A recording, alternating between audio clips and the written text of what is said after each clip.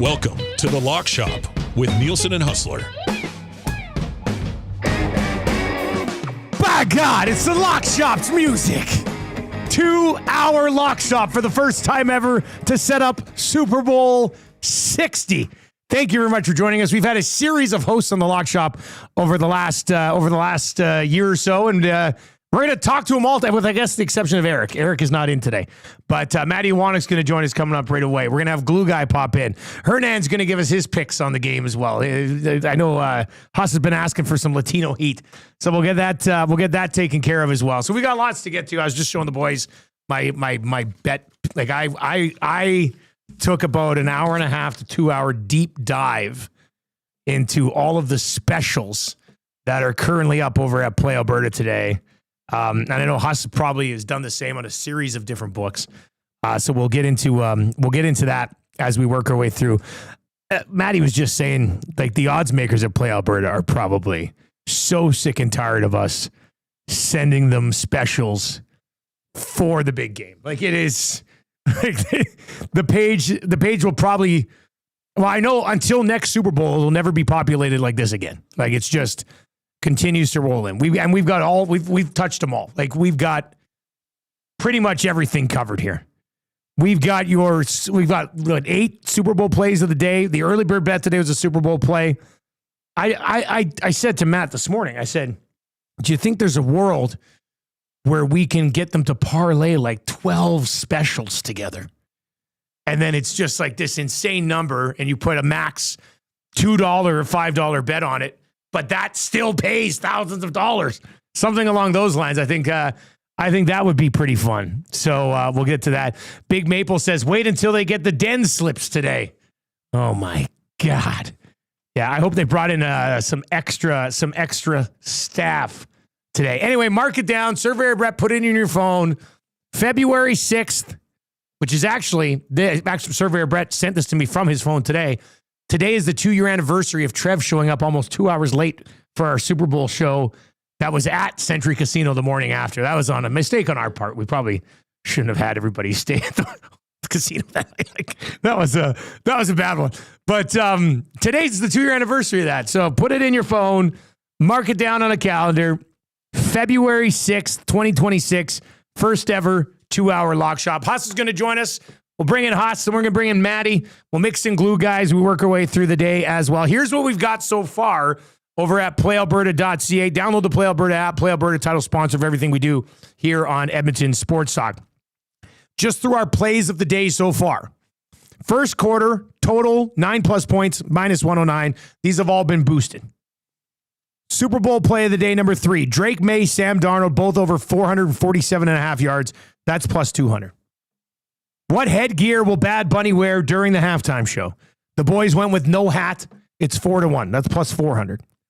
Super Bowl play of the day, number 2. I still like this one. I love this one. Any 2-point conversion attempted, +152. I think we all got to be on that one. There will be a massive roar at Selly's when they line up to go for 2. So that one, we got boosted. It was like +140 something. It's +152 on our EST specials page. Combined jersey numbers of all touchdown scores, including overtime, under 123.5. Hunter Henry still concerns me a little bit, but for the most part, I like it. It's at +100. Glue Guy, I think, put this one up. It's not even technically a Super Bowl play of the day. It's just there. JSN, Kenneth Walker, Stephon Diggs to combine for 4 touchdowns, +688. Color of the first Gatorade poured on the winning coach. We went with yellow, lime, or green, +278. I think that was Maddie and LT. This one I threw up, Super Bowl play of the day, number 7. JSN to have 5+ receiving yards in each quarter, +165. So that's one we can monitor from quarter to quarter. He just needs to have 5 yards in all 4 quarters. Ramondre Stevenson, we put this one up yesterday. Stevenson, 15+ rushing attempts, +100.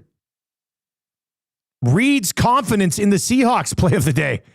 This thing went up yesterday, I think. Seahawks -6.5. Darnold with a touchdown pass. Walker with 70+ rush yards. And Cooper Kupp, 3 receptions or more, plus 455. Actually, I like that. I got some Cooper Kupp stuff and some of my player props that I want to dive into as we work our way through the day as well. Jay's play of the day yesterday. Final score of the Super Bowl is a scoregami at plus 2315. We need the list of scores that would be scoregamis just so we can sort of monitor that situation as we work our way through the game. Our early bird bet of the game today, Seahawks to win, JSN anytime touchdown plus 150. That's basic. That's pretty simple. Still plus 150. And then the EST, do you guys just put this up? Was this one just put up, man? EST Hangout Super Bowl play, 43 plus total points and 4 plus field goals, boosted to plus 200. So you've got that one as well. So we've got a ton of different options that are just sitting there waiting for you. We're going to add a bunch more today, and then we'll see where we can go for like the most ultimate parlay that they will allow. We're going to try to sort. Now, once again, remember, use your game sense when you're playing at Play Alberta. You can go to edmontonsportstalk.com, click on the Game Sense banner we've got there. You can go to playalberta.ca, click on Game Sense as well. Make sure you best set a budget before you play. And that is something fun to do. You set your budget for Super Bowl betting, and then you try to stay within it, use your game sense, and you sprinkle around, find out what you want, a few of your bigger bets to be on, and you save, $2-3 here or there for some other bets. But we can definitely get into that as we work our way through the show today. Hernan, you want to throw up the 2-shot? You can go to a 2-shot with just Maddie and I, like on the wide shot until Huss rolls in. Just change that up. We'll get Huss here right away, and we'll continue to dive into this 2-hour block. And we want your predictions as well. If you're listening on TuneIn or iHeart or at EdmontonSportsTalk.com, send in your predictions. I've got a little list here. I want to ask everybody: Huss, Dusty, Maddie, Glue Guy, Hernan. Winner, exact score, TD score, and then one player prop as well that they like. Nanso, you can just put up the regular shot that I'm on right now. Just stretch it out. Right, Maddie? Is that? Yeah.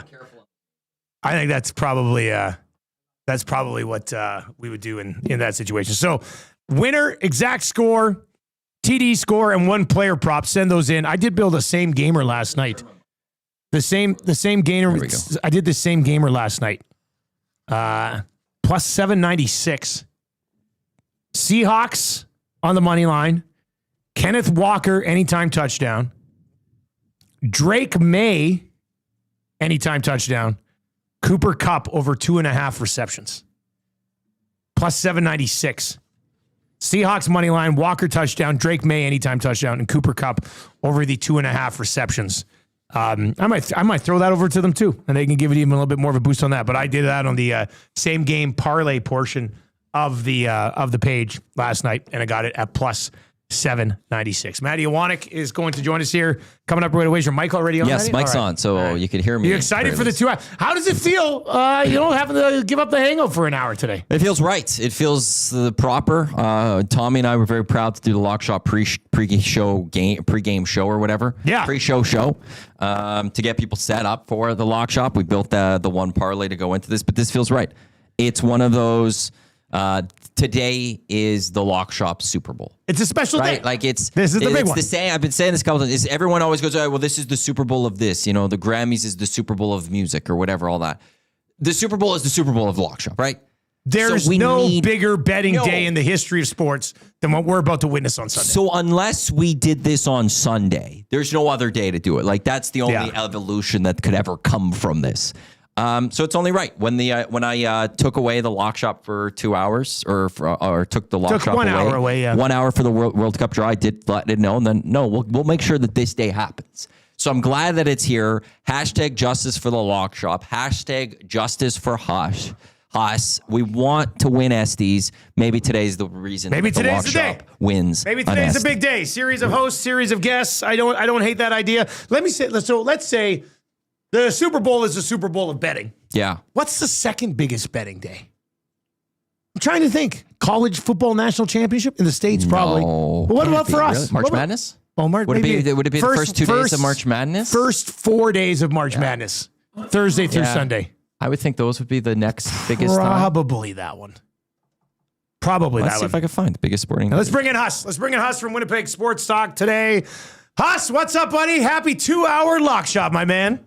Let's go, boys. Let's go. Big game on Sunday. Pretty juicy matchup.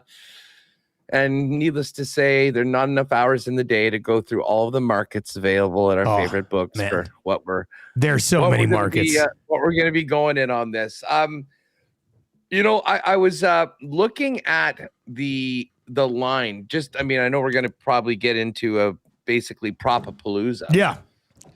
But this line, the more I think about it, I think we're going to probably stay at 4.5. Like I did see just very brief touches to 4 yesterday during the lock shop. You saw it move slightly. A couple minutes. But I'm pretty sure that this is going to be I think you'll probably see some New England people just basically betting money line. Hey, we're here to win. We don't care about the 4 points. And the money line might be a little more volatile. But to me, the spread is is probably going to be pretty standard. I don't think it'll move very much. And based on that, I'd love to, I know we're going to get into all these other ones. Yeah. But the more I think about this game, and so much has been made of New England, and I've been the biggest culprit. Who have they played? Most cupcake schedule of all time. Look at their path to the Super Bowl, and then people will counter with, well, they went through the first team ever to make it to the Super Bowl, going through 3 top 5 defenses, which is accurate. But let's remember these playoff games. 16-3 against the Chargers. They didn't really have to do much. The CJ Stroud game, which he was so bad in that he was forced to cut his dreads off this week. And then the Denver debacle, where I still maintain that if Sean Payton kicks that field goal to go up 10-0 early, we very well could be talking about the Denver Broncos in it. Drake May didn't even pass for 100 yards. Now, I know the weather got really ugly later on. I guess the point that I'm making is, they've survived those games against top defenses, but the offense has not done almost anything.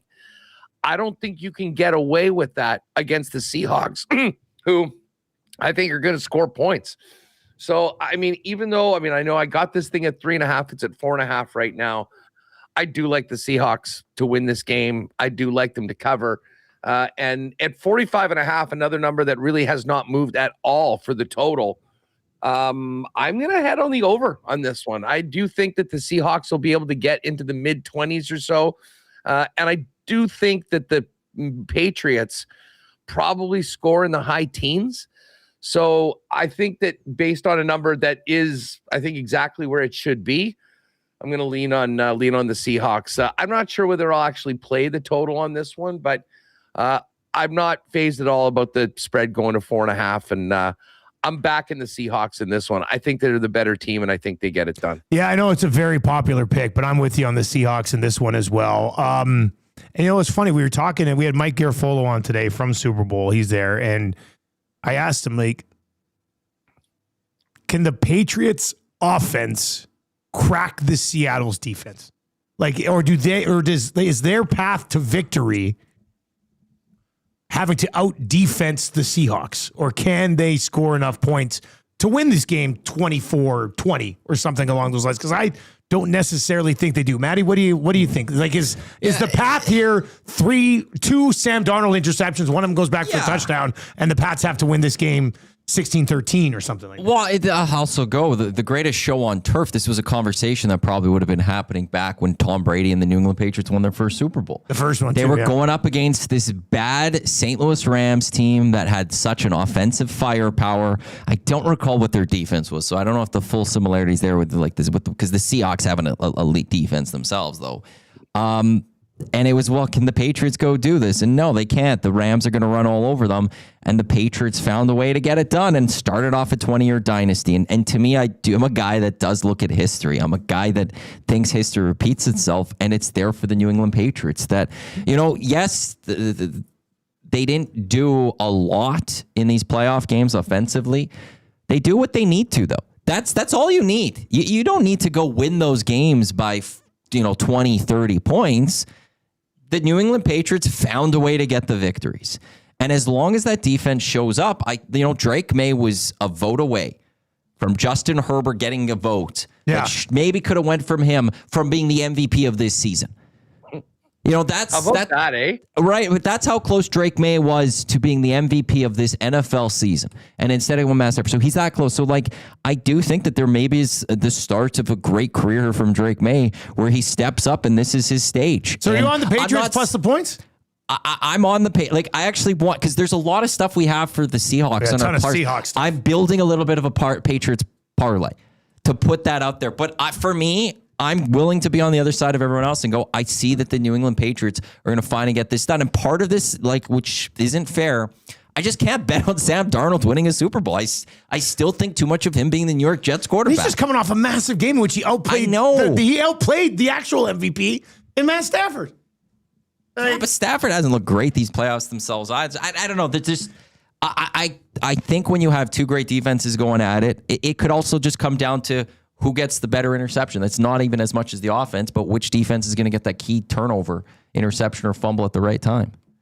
Haas, what do you think about the path to victory here for the Patriots?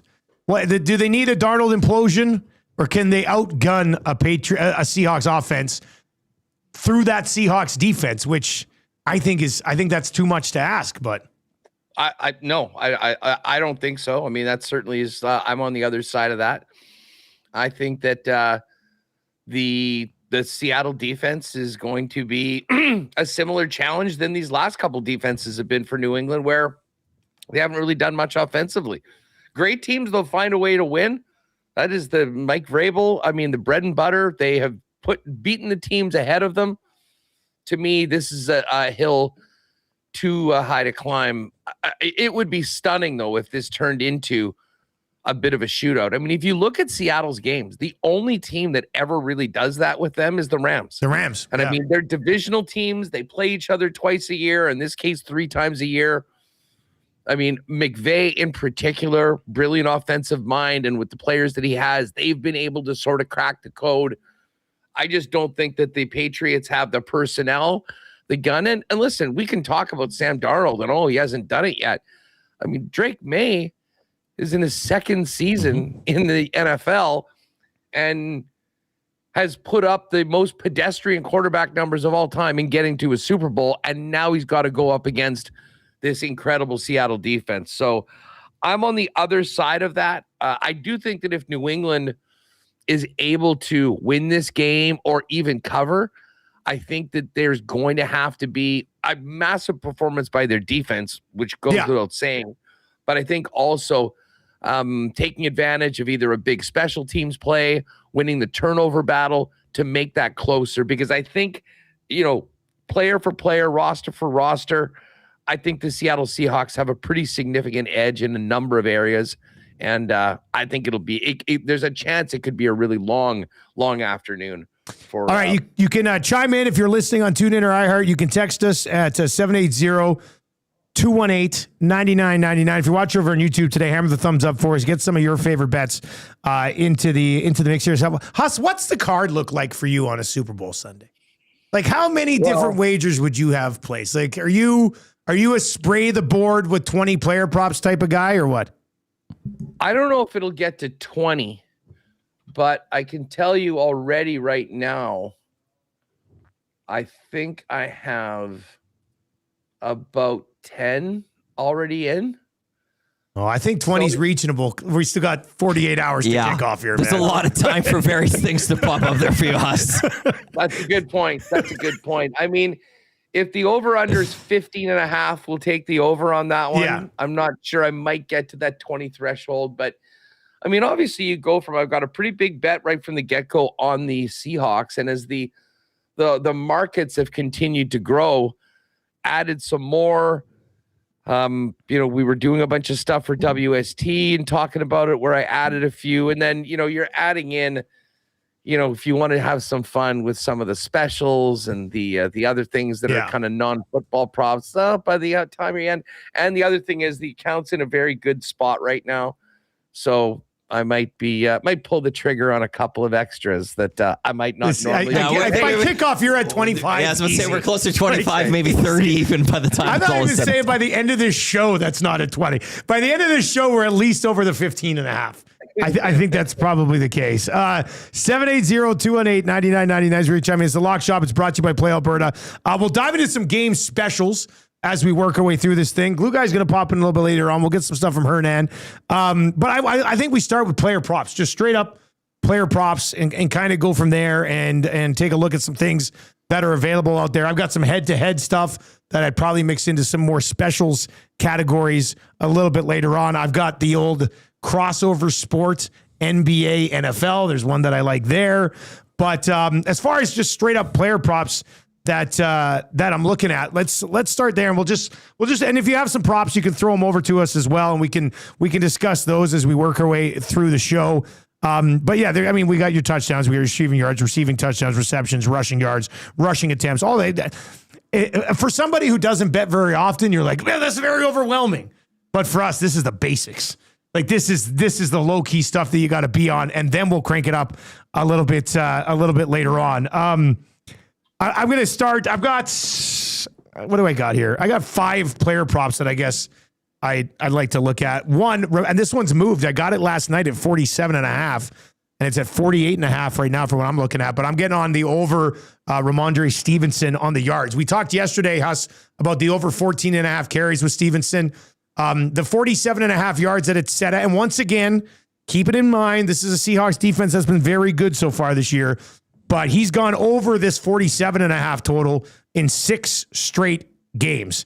Matty, you were a Henderson fantasy owner. Yes, I was. Throughout the year. Really picked up for me. They've kind of phased him out. Yeah, the playoffs, it's been in Stevenson's it's been time. Stevenson's time. But it seems like, and we looked at the numbers and we were trying to calculate touchdown scores last week, I think it was. Yeah. They do mix him in a little bit. Yeah.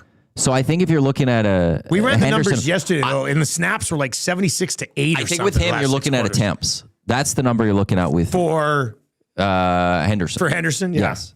Yeah, because we got on the attempts yesterday for Stevenson. I'm going to get on the over. I got it last night. It locked in at 47.5. I'm seeing it at 48.5 right now. So I like Ramondre Stevenson there. I like the plus 136 on Cooper Kupp over 3.5 catches. I think he's been targeted like 5 or 6 times in each of the 2 playoff games so far. Obviously, he comes with some experience in this. Is he not a Super Bowl MVP already? Did he win the Super Bowl MVP? Cooper Kupp? Did he win it that year when they won it? I think he might have won. I thought we looked it up, and he was one of the receivers that won it. I could be wrong. I think you're right. I'm pretty sure he was a Super Bowl MVP already. So if you're Sam Darnold, Super Bowl MVP. Yeah, so you got JSN, who, I think his numbers like at 6.5 and 80 some yards or whatever. But you got JSN, and then you got Cooper Kupp. You're going to feed JSN, but I think a lot of the balls will probably just be thrown to those 2 guys. So I like Cooper Kupp over 3.5 catches at plus 136. I threw him into that same gamer I mentioned right off the top, and I had it at 2.5 on that one. Holani over 1.5 catches at minus 132. He's the guy who stepped in for Charbonnet. It'll still be a big Kenneth Walker game, but I think Holani last game was targeted 4 times, had 3 catches. So I got him over 1.5 catches at minus 132. And then just 2 basic touchdown props that I've already thrown in here. Got the JSN touchdown at minus 122. And then I do think Drake May runs in a touchdown in this football game. So I got him at plus 278 for anytime touchdown for Drake May. So there's like 4 or 5 player props that I like. Huss, any thoughts on any of these right here? Well, I you know what? You beat me to it. I'm all over Cooper Kupp in this game. Yeah. I think that now they are obviously JSN is the man for the Seattle offense. Now, I'm not sure whether they double him, whether they get Gonzalez. There could be a chance that Gonzalez actually handles Cooper Kupp and they double JSN, and that may open up some things for some other guys, Barner and whatnot. But I actually went with the yardage prop for Cooper Kupp. I got it at 32.5. I see it play Alberta right now. It's at 34.5. But I think he's going to be a big part of this game. He has been used more. He seems to be healthier than he's been. And look, let's face it, this is the game. There's no tomorrow on this. And it's a great point. I forgot that he was a Super Bowl MVP, but coming up big in the big game for Sam Darnold. And Darnold has the confidence of so many of his receivers. Like, you get a JSN, obviously he's going to get the majority of the looks, but Kupp very much a big part of this offense. And I do think Sam Darnold's going to be slinging it. So I'm taking the over on that. While we're at it, give me Sammy Darts. I've been riding with the guy all year. Over 229.5 passing yards. I do think Darnold is going to go over that one. While we're staying with receiving yards, this one, and PA's got a really good number on this one as well, like, compared to what I've seen out there. Over half a yard receiving for Jake Bobo. I figured somebody was going to go Bobo today. Bobo plus 194 for over. So a positive catch plus 194 is what you're looking at. To finish with 1 or more yards receiving plus 194, like almost 2 to 1. He's been involved in the last couple of games. I mean, the Super Bowl, it's always interesting. Now, I think, did catch a touchdown the last game. I was seeing his touchdown numbers between 9 and 10 to 1. So anyways, he's proven that he can, bring it down. I wouldn't be surprised if there's just a couple of quick, almost like screens that they play to him to just continue to move that football, obviously add to Sammy Darts' total. Has a catch in each of the 2 playoff games so far. Exactly. Only targeted 3 times, but caught 2 of them, 1 in each game. So that would cash a plus 194 on the Jake Bobo. Yeah, I mean, it's almost 2 to 1 on a guy that has done that so far. So Coop and Bobo, I'm certainly in. Sam Darnold over 229. And now listen, I'm not sure. I'm going to hit a Ramondre Stevenson prop. We'll see how well they establish the run. I know that they're definitely going to try to do that. I'm not going on the yards for Stevenson, but I am going to go on the over 14.5 rushing attempts. I don't think they'll move away from giving him the football. The best way that the New England can operate is to run the football, move the chains, keep the possession of the football outside of the Seattle, away from the Seattle offense. And I think he'll be a big, big part of that. I am conflicted, though, on the Travion Henderson. He hasn't done much in these last couple of games. Yeah. He's such a dynamic player. And in the last couple, what were they thinking about? They were thinking about ball security. They were just trying to, they were basically using Stevenson as a battering ram and keeping the football. In a game like this, different game script here. Yeah. Going to need to score points. He has, what was the number that I heard last night? 4 touchdowns where he had 40 plus yards over expected, basically breaking tackles and then making big plays. So maybe we'll dive into this a little bit more later on. I am intrigued as to some of the Travion props because I do think that they will try and get him the football a little bit more than he has lately. But to me, as far as just simply the running game, Stevenson is that guy that he's going to get fed. I think, first quarter, I think, first drive, I think they get, he'll probably touch the ball 3-4 times on the ground.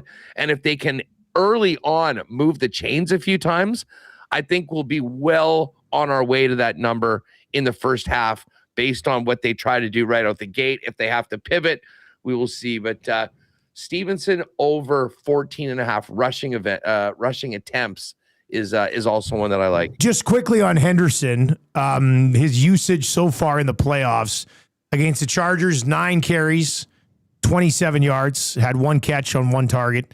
Against Houston, 12 carries, 25 yards, had 2 targets, caught 1 of them, but it was for -2 yards.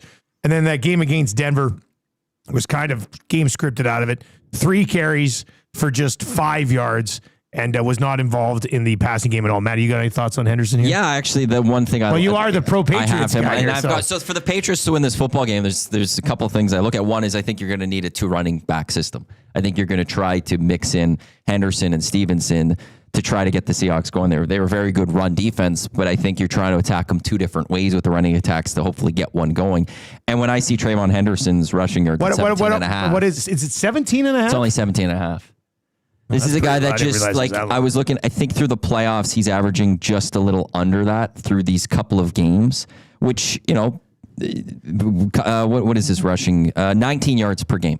So, no, he's a little over that. Through the 3 games he's played, he's averaging just over that 17. We always have to, I mean, we're going to talk a lot about Stevenson and Henderson here, but we also have to factor in Drake Mays. Like, Drake Mays is looking at 37 and a half for his rushing. Like, he's going to run the ball a lot as well, right? So how many mouths can they feed in the running game? Henderson just needs to go off for, you know, a couple of, like, he needs a 6-yarder and a 7-yarder. Yeah. And you're almost there.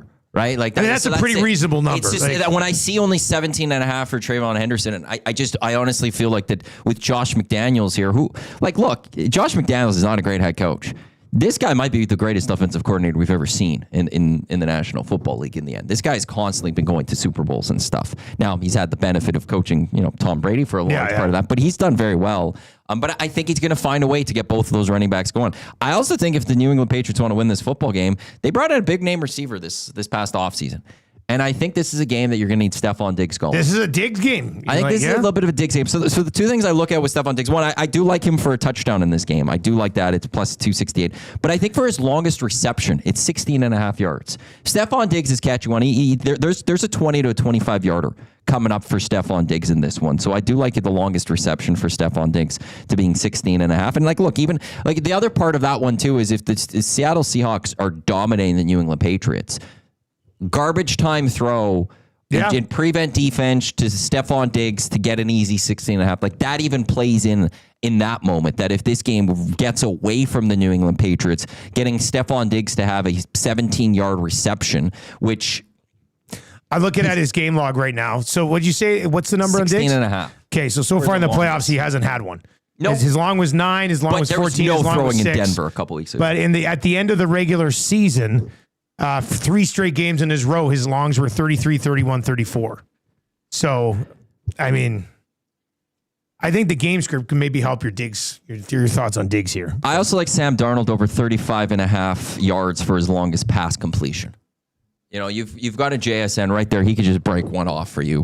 When you look at the Seattle Seahawks, they had 6 guys this season that just their longest catch overall was over that number. 6 different guys, not total, for how many times Sam Darnold threw that. So I do like Sam Darnold over 35 and a half for his longest passing completion as well. This goes against one. Well, it doesn't go directly against, but one of the game specials I found last night that I'm going to get on. What will be a larger, or what will be more? The longest field goal made or the longest reception in this game? And I'm going with the longest field goal. I think somebody's going to bang home like a 45, 50 yarder. And it's minus 125. I'm going on the longest field goal made. I've never done this bet before. I've never bet longest field goal versus longest reception but in any game. Works. But this is my first one. I'm excited about it. This is only at 35 and a half. This could be a 40-yard catch. That's the thing. You nail a 47-yard field goal. Boom. Huss, where did you come out on my longest field goal will be longer than longest reception bet? I like that. I like that. I mean, if you think, I mean, the likelihood of a touchdown greater than 50 yards is, I think, relatively low. And it's any reception. Doesn't have to be a touchdown. It could be any reception. So, no problem. I still like it. Yeah. I mean, we're talking about, I love that. And to be honest, minus 125 for the field goal. Yeah. I think the number is great on that. I would have, if you were asking me to handicap that. Yeah. I think that should be more like a minus 150, minus 160. That's why when I saw it at minus 125 last night, I instantly threw it on here. I was like, okay, I'm going to get on that one for sure. I love that one. That's like a standalone one that you'll be okay with, like minus 125. So, yeah, it's funny you brought that up because I'm like, oh man, I'm really excited about this longest field goal is better than the longest catch. So we've got something to do on that. What do you come on Diggs in this game, Huss? What do you think? Is this his time to shine for Stephon Diggs, who's always kind of wanted that spotlight? He'll certainly want the spotlight. He might get it. Like I think the over catches. I think what did you say? It was 3.5. for Diggs? Let me find catches. 4.5. 4.5. Yeah, it's 4.5. Like, listen, I think he's going to see some balls. I could also see him I was trying to look to see, is there a fumble prop for Stephon Diggs? That would be a big number. But I could see him trying to like do a little too much and then get caught by the Seattle defense. But the way that the Seahawks play, I wouldn't be surprised if Diggs sees a little bit more action on shorter crossing routes over the middle, when they're trying to, move the chains. I'm not as worried about Diggs as a deep threat, but I do think he'll be involved in the offense. He's their number one receiver. Like the Bouttes and whatnot, I think are maybe a little bit more dangerous on the big play, trying to maybe catch Seattle off guard. But Diggs is going to get a lot of attention, but he's good enough to be in the position to catch. So I don't mind the receiving prop. I do think he'll get plenty of looks from Drake May. All right, 780-218-9999, 780-218-9999. Atif texts in and says he's got a couple of props. He's got doesn't know how to spell Gatorade or color, but he's got Gatorade color blue plus 300, and then JSN to win the MVP at plus 550. What do you think about a non-quarterback MVP in this game? Like Garofolo brought it up this morning, unprompted. He said, with the two defenses that have played so far in the playoffs, he goes, maybe this is one of those weird games where somebody on the defensive side of the ball steps up and takes home an MVP. Okay, if Seattle wins, like storyline for Sam Darnold to be the MVP, it's him or JSN. Like it's either he's feeding JSN and JSN has like 2 touchdowns and 170 yards or something like that. Or so the JSN at plus 550 is what's Kenneth Walker? I don't know. Could he punch in a few touchdowns? Can he have himself 100-yard, 2-touchdown that's the game? thing. And without Charbonnet in, I mean, he's going to get the ball a little bit more. The stock of we haven't Walker talked much about Walker yet. And his potential to, I mean, here, like they were so good with that kind of two-headed monster. And since Charbonnet's been out, it's all on Walker. So, if he does have a big game, if he rushes for 100 yards and gets in for a touchdown and darts and Sam Darnold doesn't go for, 300 plus and a bunch of other ones in sort of a defensive game, I think Walker absolutely is live. But history has told us that the quarterback is in all likelihood going to be the one gets it done. I mean, if New England wins this game, I don't see any way New England wins and Drake May's not the MVP. Game. Yeah. And let's keep in mind, he just, to many people's thoughts, got robbed of the MVP. I think that bodes in his favor if he's in the mix and if they're going back and forth between a couple players. The young quarterback, the guy that maybe should have got the MVP, might get those votes. The JSN one, though, I mean, he is the one player. Like if Darnold has really good numbers, but Smith-Njigba has 110, 120 and a touchdown or two, much like Cooper Kupp won it, a few years ago when it wasn't just an offensive onslaught and everyone had it. I mean, if that share of the damage in the offense is more, JSN, I think certainly gets a look. But if you're on the Seattle side, I think it starts with Sam Darnold, but that's 7-1 on Kenneth Walker. I mean, and he catches the football quite a bit as well. I mean, like he's going to have plenty of touches and plenty of opportunities to make some big plays. Yeah, and with Seattle, if they win, there's just too many offensive talents that I just don't see. It would have to be that 13-3 game that we saw a number of years ago with the Rams, Patriots, that I think a defense is going to step up and get something in this one. That's the way I would. And nobody wants to think about a 13-3. No one wants that. No one wants that. We didn't want that at that time. It sucked. We definitely don't want that again. I have built a little bit of a parlay for Patriots. For the fans. Patriots. I've tried to build just it's a 6-legger. I guess somebody needed to be the Patriots guy. There needs to be somebody out there, I think, for Patriots fans. There's a lot of Patriots fans. This is what I have to try to keep it like somewhat reasonable. I think I could get this at Play Alberta built for maybe around plus 450 to plus 500. That's what I'm looking at here. I got Ramondre Stevenson 30 plus rushing yards. Trayvon Henderson, 15-plus rushing yards. Butte, 25, and Stephon Diggs, both at 25-plus receiving yards. Okay. I got Drake May at 200-plus passing yards. I was thinking about maybe bringing that down to 175. Dude, to 175. And then I was just going to tease the line for the Patriots to plus 10.5. Does it give you a number? I could get about plus 455 maybe. I mean, I'm not on the Patriots in this game, but like what for you just Aiden laid out O'Neal, seems relatively reasonable. Like, it's one of those where if you're on the Patriots, you could be cheering for your Patriots. But even if you're on the Seahawks, because I moved it to plus 10.5, like you're not thinking that, okay, well, necessarily the Patriots are fully going to go get this done. But like we have so much for the Seahawks in our EST specials. yeah, I mean, they're hammered. I feel like I need to get something for the Patriots fans out there. And I think the only one that I know of in the nasty chat right now is Aiden O'Neal. So Aiden, if there's anything you want to change on that one, let me know. Otherwise, I'll get that one thrown up at Play Alberta. People booing me. I mean, from a 'cause I'm Patriots dealing with the angle, I mean, it's Patriots. not too. It's realistic, It I seems think. realistic. Yeah, it's not too bad. What I did for the Elks all season with Jay. Like we tried building realistic things at times. Like these. Something. Well, you know why? Because you're using your game sense. That's exactly Game it. sense, very important. Because I part could of it, easily too. just take Patriots money line, but number would be a lot better. Huss, Bold. what do you think of the 3 consecutive scores in this game by one team? Well, I mean, Is it by one team or just overall? No, what do you mean overall? Is it like Patriots score, Seahawks score, Patriots scores 3 consecutive scores, or it's by one team? go by One one team. team. It's one team. Yeah, it's one team. Yeah. I mean, listen, I think there's a chance that Seattle wins big. So I would suggest that there's a good chance of that happening. I don't think it'll be New England that does it.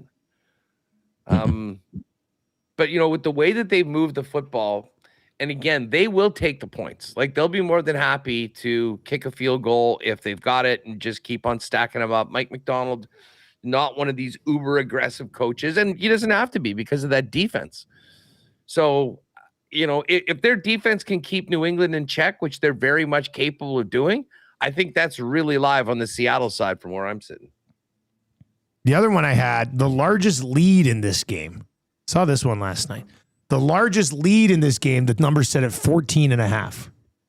I say, I mean, if you're on the Seahawks to maybe win comfortably, do you think they have a 15-point lead at any point in this ballgame? Yeah, I mean, I bet them. I have a prop at 6-1 that I put in for the Seahawks, the winning margin. Yeah. Seahawks to win by 13-18. Okay. And I mean, I as much as I've got, you know, the 3.5, I will be throwing down an alt line of, you know, like whatever I can get. I mean, I think there's a good chance they win by double digits. So, you know, if I can get a 2-1 on, you know, Seahawks minus 9.5 or something like that, I will be getting that. So yeah, no, I mean, I do think there's the possibility of it. Now, I mean, I think for the viewership and everything, it would be great if that didn't happen and we've got more of a close game throughout. But as I say, I think New England's moving up a few weight classes. I think the Seattle team will be ready for them, and they're going to need to be at their best if they want to hang in there. And if they do make some mistakes, I think Seattle, with the consistency that they've shown doing it against good teams, is going to be able to put those up. What do you think about it? This is Reed Wilkins' confidence in the Seahawks play of the day from yesterday. He's a Seahawks fan. This is what he went with. Seattle minus 6.5. Darnold touchdown pass. Kenneth Walker 70+ rush yards. Cooper Kupp 3 receptions plus 455. Sorry, read that again. Seahawks minus 6.5. Darnold with a touchdown pass. Walker 70+ rush yards. Cooper Kupp 3+ receptions. I like it. Plus 455. The one that I might worry about a bit is Walker there. Just in case they might not. I mean, if Sam Darnold gets thrown, well, maybe. I love the other 3. I don't hate the Walker one, but I like the other 3 better. It's hard for me to see the back-to-back years blowouts in the Super Bowl. Yeah. But we don't mention last year's Super Bowl in the lock Yeah, shop. but what do you mean? I don't even remember who was even in last year's game. It's just one of those. It's just hard for me to believe that we're gonna get back-to-back years. Like, I think the New England Patriots are ready to go and get going with this one, and we're not at halftime going, okay, when Bad Bunny's over, are we just following our bets and the game's over? By the way, Bad Bunny. Big Maple had something. Yeah, what was it here? Big Maple on the song. I'm going to get on this right now because I'll be pissed if I miss something that was brought up in the lock shop, especially a 2-hour special lock shop. Big Maple says, I have new info to believe that Bad Bunny's first song will be Bail Inolvidable. Plus 320 right now for the first song on Play Alberta. Or that's the first. Plus 320. All right. So let me see. I'm still for DTMF as what's behind first or last song, one of those two. Why? Because it's one of his most streamed songs on Spotify. That was the thing. I did that a couple years ago for Jonas Brothers with Grey Cup. It worked out. I like to see what's going on with Spotify and their playlists. And DTMF was also up there. Halftime show first song, Bail Inolvidable.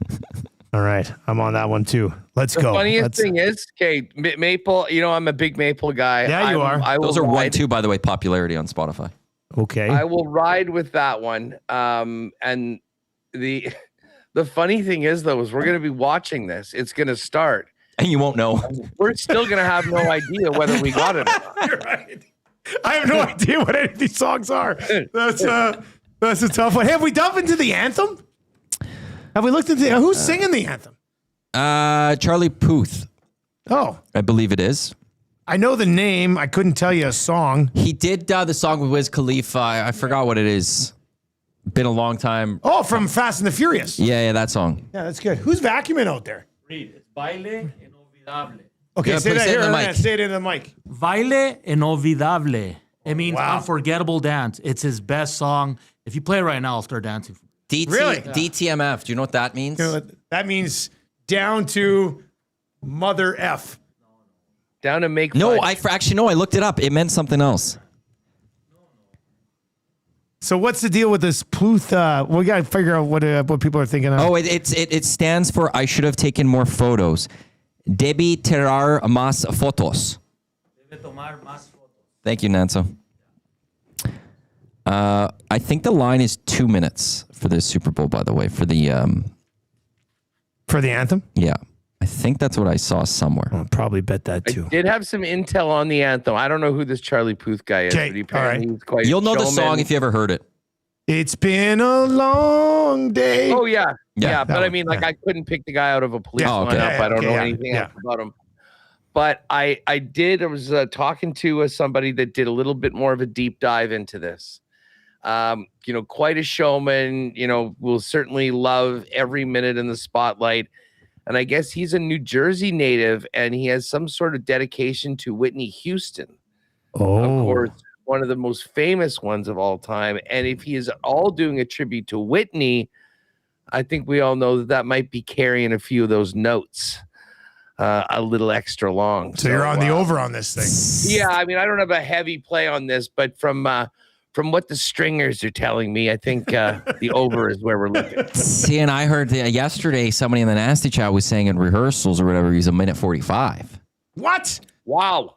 Okay, who said that in the NASA? Is this I a don't reputable remember now. source? I What do don't we- know now. Like now I'm questioning that whole idea. But somebody had said, if somebody was in the Nasty Chat yesterday during the hangout, they could say who brought that up. There's been a few unders on the anthem. Like, I'm not sure whether the books put it up knowing that people are going to naturally bet the over. But, like, what was it? Casey St. Germain at the Grey Cup. I think that one went under by about 15 seconds, if I recall. It was a great anthem, but, it wasn't a lot of, sometimes these artists take liberties, shall we say, with the anthem and kind of do their own thing, which stretches it out. Would you like some history on these? Was it Rod Z? It was Rod. People are saying it was Rod Z. Rod Z had and it. Rod Z knows Rod trends. Z had man. it. Rod Z. That's who it Rod was. Z, I trust Rod Z. Okay, John Baptiste did it last year. It was over under 2 minutes, 5 seconds. It hit the under at 2 minutes. Year before, Chris Stapleton, it was also 2:05. He came in under at 2:01. Stapleton came in under. He came in 4 seconds under. Mickey Guyton Over under was 135. He got to 152, so clearly over. Hey, wait, what was his 135? Yeah. Was he speed sing it? Holy smokes. Jasmine Sullivan and Eric Church, over under was 159. They hit 217. On a duet. Yep. So 217. Demi Lovato was 155. She hit 149. It was the under. Gladys Knight, which, if there's a tribute to Whitney Houston, kind of in that same vintage, if that's where Plouffe's going, it was 147. She went to 201, which is over. Way over. And then Pink was 2 minutes. It was 152 under. But yeah, if you go the last little bit, it was under, over, under, over. And there was a push. Kelly Clarkson had a push one year. There was a push on the She anthem? had a push. What? She had a push. That's incredible. So. Well, they said it at like a certain time and a half second, and she pushed right on the. She pushed. It was according to this thing. She was 134. She hit it at 134. The only thing I could think about with that, Huss, is that Kelly Clarkson had a book somewhere where she bet the push, and she just nailed it right on it. That's the only thing I can think of there. Look at everybody doing their chores around here. This is terrific. Chores Friday, I guess, here at the office. That's what did recycle 2 days ago, I think, too. Huss, I've still got a ton of props and stuff I want to get on. We'll bring in Glue Guy a little bit later on in the second hour here. We'll hear what Hernan has to say about this game as well. But Huss, what is your all-time favorite Super Bowl betting memory? Is there one where you're like, now it's tough because you've had the Chiefs in a bunch of these games and you're probably more focused on the game maybe than the bets, but is there one bet from like the last 20 years on the Super Bowl that you will never forget? Well, I mean, listen, it kind of combines both. But I was heavily invested in the Chiefs in the 2019 game. But I also had Damian Williams, anytime touchdown scorer. And if you recall, he broke that one at the end. Like they were down by 10. They scored the 3 touchdowns at the end. And we all thought that they were just going to run it out. And he broke that play and went in for that final touchdown. So not only was it the icing on the cake, the Chiefs were going to win the Super Bowl, but about a 5-1 anytime TD scorer came in because they had some other running backs. He wasn't like the bell cow guy. He ended up being that guy at the end of the game and got a very, very nice exclamation mark on that Chief win. For me, I'll never forget. It was one of the greatest like bar experiences of my life. I was at the place in Lethbridge. I think it was called, I can't remember the name. I guess it's tough when I'm like, I'll never forget it. I can't remember the name. It was a place in Lethbridge on the West End. Says how much you won, how much you spent that night afterwards. I got into it pretty good. All I know is that at the time, I had to call Tam from a payphone. There was still like a payphone in this bar.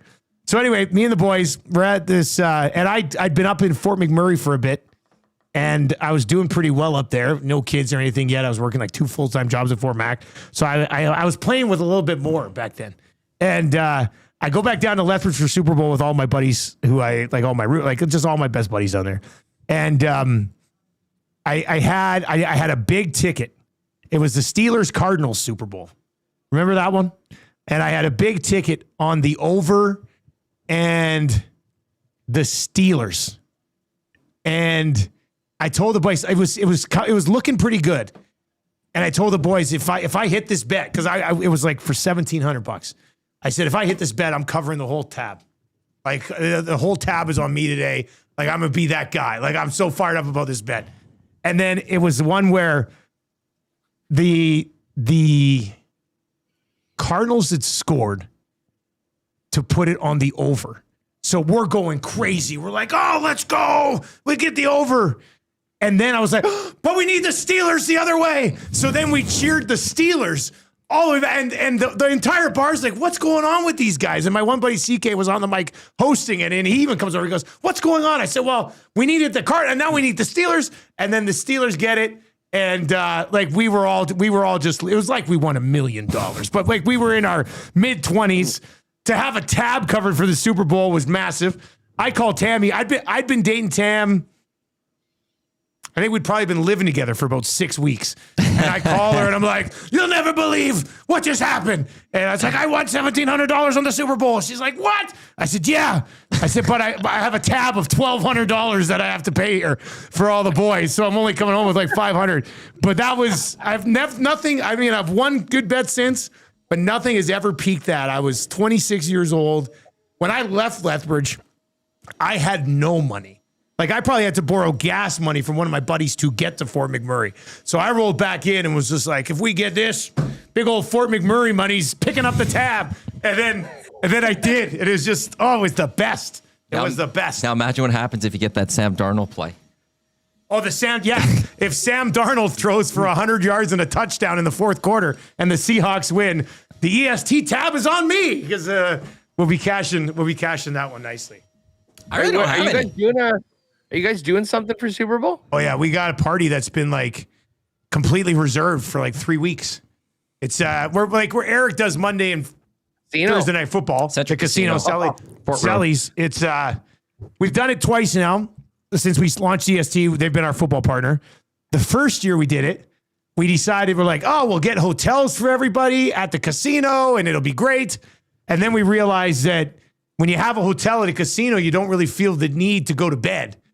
So we were, and we did the morning show the next day from the bar. There's a photo I have somewhere where Eric looks like a ghost. Eric was dead to the world. The other part to that was Trev was an hour and a half late for the show. We also did. We were in Vegas that week.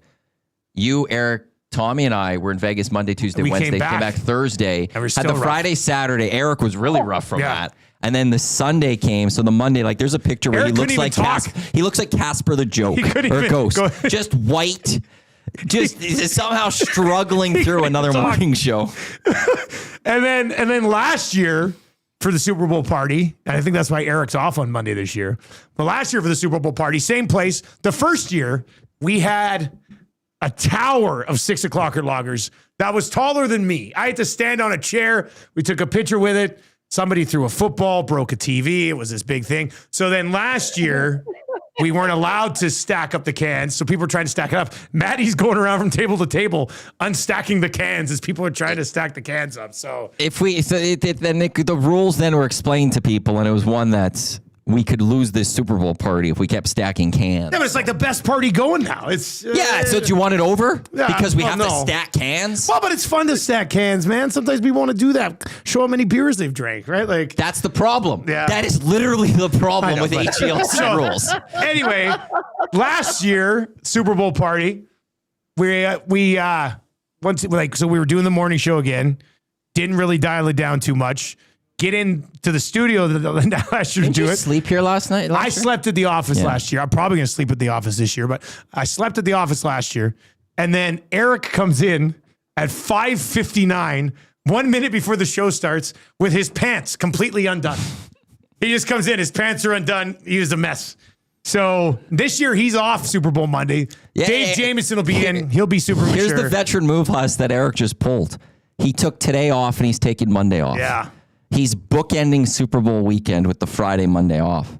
You know, back in the radio days, the boss would have gone, listen, we're That's in not ratings. allowed. This is a big day. We need you in there.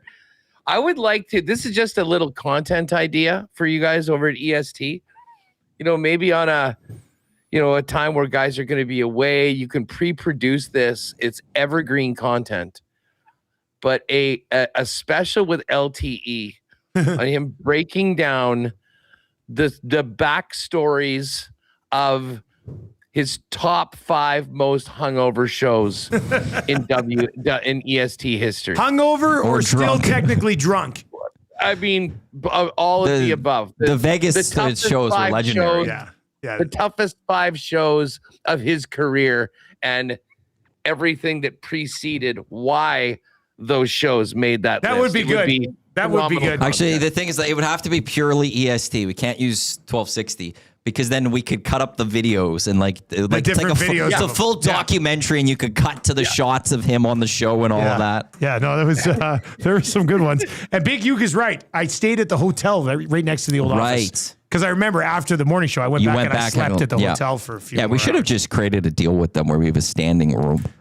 Always available at that to us. hotel Yeah. right there. It's a great hotel. Whenever we needed a room, just go have a sleep. It's a really awesome hotel. Just complete aside, just totally unrelated for a moment. But you mentioned Big Uke, and shout out to Big Uke.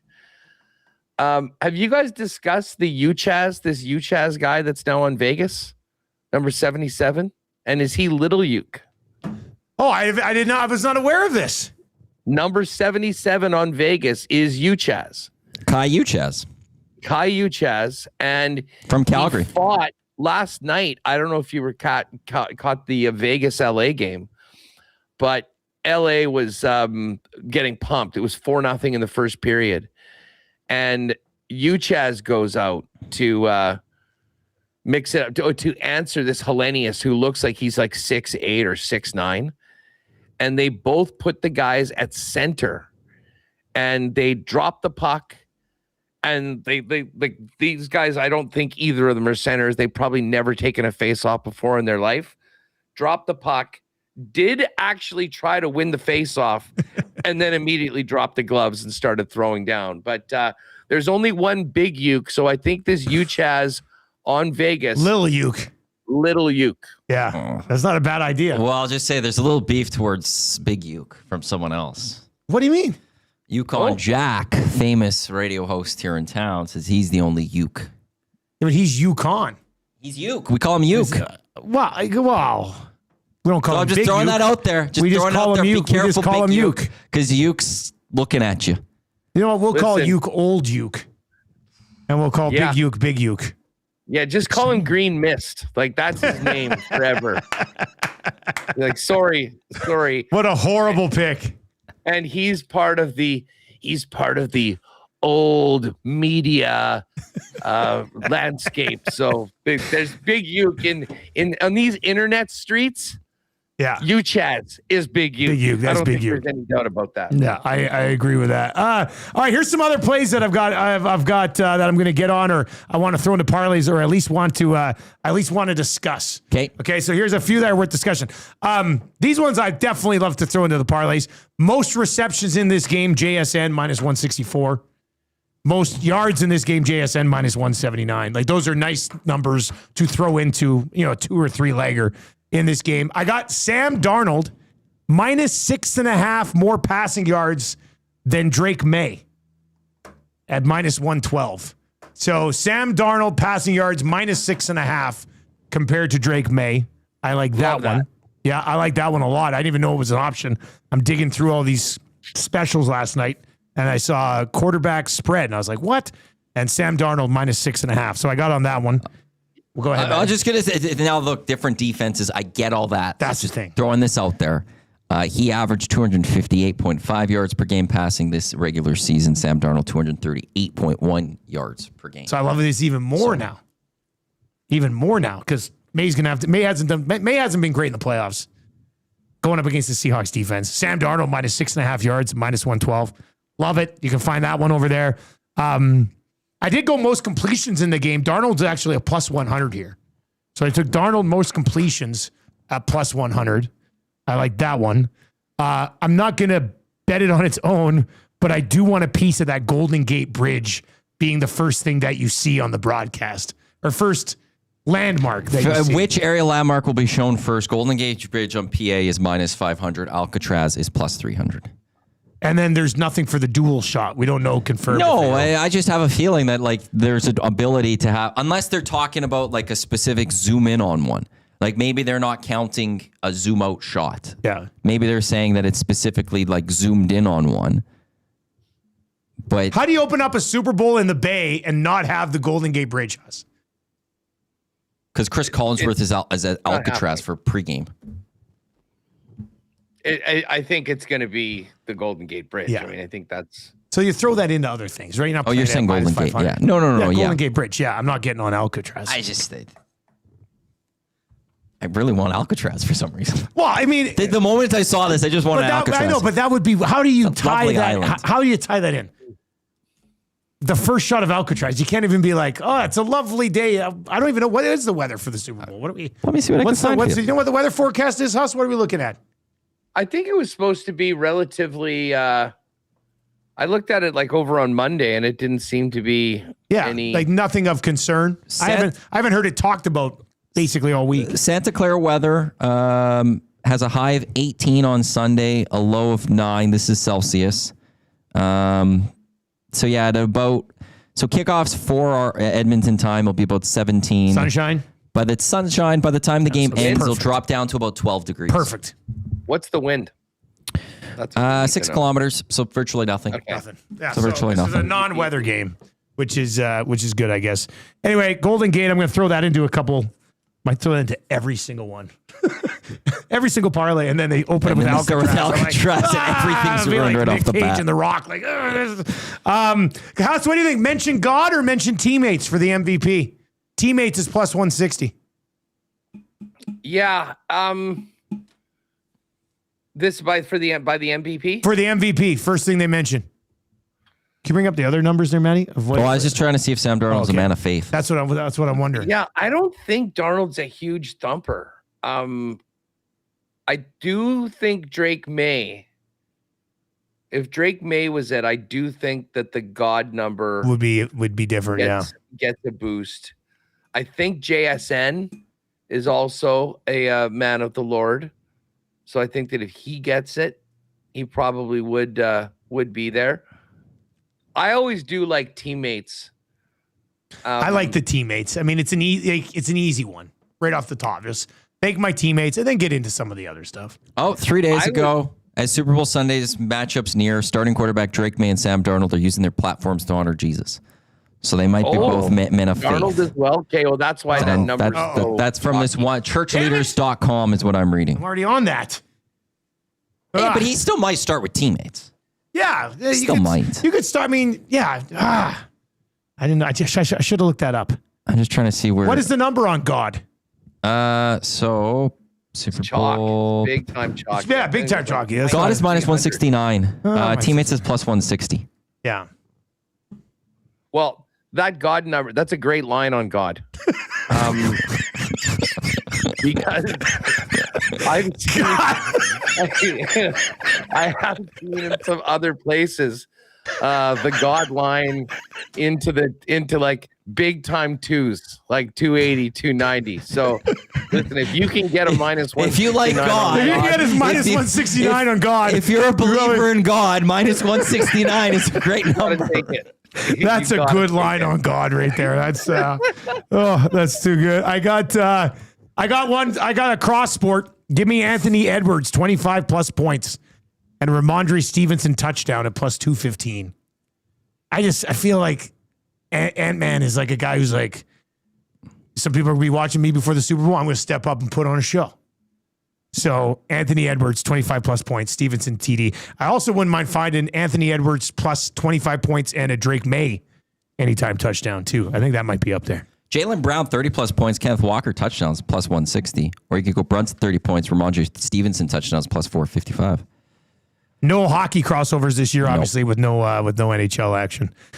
First score of the game, touchdown minus 154 or field goal / safety plus 125, Huss. Which number do you like more? Because I got on the field goal at plus 125. You can take some points here early. I was just about to say, I think both teams will be more than happy to put up 3 and go ahead. I think that New England, if they're in a situation to score first, they won't be uber aggressive to try to, make sure. Like, I don't think either of these teams feel like they're going to have to go toe to toe, touchdown for touchdown. They feel confident in their defense. So yeah, I actually do like the field goal at plus money on that one. Maddie, do you prefer the field goal plus money or you like the touchdown at minus 154? There's touchdown for me. Really? Yeah, I think the Seahawks you think they're going to get the ball, drive the field? If they go, or the other side is, I think New England wants to send a statement to start that if you have a close 4th and 3 or whatever they're going for. You think they're going to be aggressive early? Yeah. I like the field goal plus 125, and we also cheer for the safety too, I guess. Team with the longest punt return. I got on the Seahawks here at minus 125. Yeah, it's minus 125. I thought it's a pretty good number with Shaheed there, right? So, team longest punt. Minus 125. Distance. Well, this was an interesting one. I want to bring this up. Distance of the last field goal in the game, Huss. It's 38.5. The distance of the last field goal in the game. Would you take the over or under 38.5 for the last field goal of the game? Jeez, that's okay. How do we handicap this? What's the path to, you're basically looking at a long field goal to win the game? A long field goal to win. Seattle's just running clock. Kate's fourth down. Extend their score. They're up by 10. New England's maybe, it's the two possessions, so they need to go for the field goal, get it. Like, you got to think it from the 10-yard line. A field goal is 27 yards. Late in the game, what's the team doing if they're within the 10? Like, they're probably going to still be going for it if we're late like that. So you're talking about it. The team would have to be at about the 25 for that to be the case. Yeah. To be over. Like, I think over is the way to go on that one. I think if you're in the fourth quarter, as you're getting, like, we're talking about being inside, like, pretty much in red zone territory. Over is what I did on it. We're pretty much in red zone territory, and at that point, you're taking points, or you're going for it, and you're losing the ball. Somebody's saying, does that field goal need to be made? Yes, it's not the attempted. It's the distance of the last field goal made in the game. Huss, do you want to hop in there? Look like he has something to say. Yeah, well, I mean, I'll just say that, that could also be a field goal in the first possession of the third quarter. And then, that's true. I mean, like, if Seattle's up by 2 scores, New England's not going to be kicking field goals. Now, again, it doesn't necessarily mean it's over or under, but I just think the majority of the field goals probably are 40 plus. So based on that, I think I would take it. Probably not something that I'll be having on the cards. What about a lock shop regular 3.5 field goals, Huss? Which side are you on that one? Great question. I think I like the over on that one. Yeah. I mean, especially early on in the game, as I said, I don't think these teams will be afraid to take the points. You're basically talking about a couple, on each side. And to be honest, with how good the Seattle defense is, I think New England, if they can get into field goal range, will be more than happy to, stay in that game and pull up some points. And I do think that Jason Myers will have a couple of attempts for sure for the Seahawks. So the over 3.5, a staple of the lock shop going back many years. That's certainly something that I can get behind. First turnover of the game. Interception minus 189. Fumble plus 160. I think it'll probably be an interception, but at plus 160, is it worth it to go to the fumble? Yeah, geez, I've never thought of that. Like, what are there more, picks or fumbles? Yeah. Like, to me, that seems really juiced towards the picks. And maybe that's because of the quarterbacks in the game. But I think they'll take care of the football, to be honest. I would take the fumble at that number. Yeah, at that number, at the plus 160, yeah. And then I laid it out earlier. I did do that little same game parlay. Plus 796. Seahawks money line, Walker touchdown, Drake May touchdown, Cooper Kupp over 2.5 receptions as well. Is Glue Guy here? I can go see if he's here. But if before he hops in, I want you to give us your final score and best TD score, because we'll put some of these together as well. Huss, what are you doing for Super Bowl, buddy? What's your plan? We don't have a big WST thing gathering. I'm kind of getting pulled in a bunch of different directions, but I think I may just be back at Old Faithful. Get me my bar spot in front of Win City. The thing is, everyone's like, oh, go here, go there. Well, the reason why I go to this place is because it is the best place to watch sports. The sound's going to be cranked. I've got a massive TV right in front, a bartender that's going to be taking good care of me. I don't know whether I really want to move off of that. I'll have a large sheet of all the million props that we've put together. And yes, you're right. It will be over 20 now that we're getting it. And, and eat away. So, yeah, I think that's probably what I'll do. Like, here's the thing. It's always fun, and the Super Bowl is a big deal. Everyone